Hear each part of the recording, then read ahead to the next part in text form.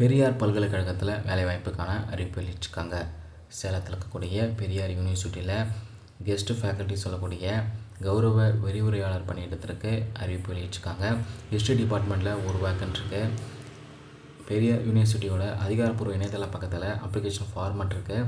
அந்த ஃபார்மட்டை நீங்கள் பிரிண்ட் எடுத்து உங்களுடைய சர்டிஃபிகேட் ஜெராக்ஸை என்க்ளோஸ் பண்ணி சென்ட் பண்ண சொல்லியிருக்காங்க. இதுக்கு விண்ணப்பிக்க கடைசி நாள் பார்த்திங்கன்னா பிப்ரவரி 27 மாலை 5 மணி வரைக்கும் கொடுத்துருக்காங்க. அடுத்தபடியாக மார்ச் 2 காலை 11 மணிக்கு ஹிஸ்ட்ரி டிபார்ட்மெண்ட்டில் இன்டர்வியூ கண்டக்ட் பண்ணியிருக்காங்க.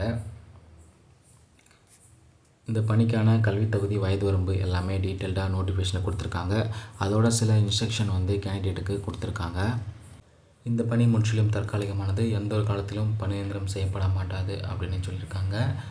அடுத்தது யூஜிசி நாம்ஸ் படி தான் கேண்டிடேட்ஸ் செலக்ட் பண்ணுவாங்க. கேண்டிடேட்ஸ்க்காக இன்டர்வியூ அப்போ ஒரிஜினல் சர்டிஃபிகேட்டை கண்டிப்பாக கொண்டு வரணும்.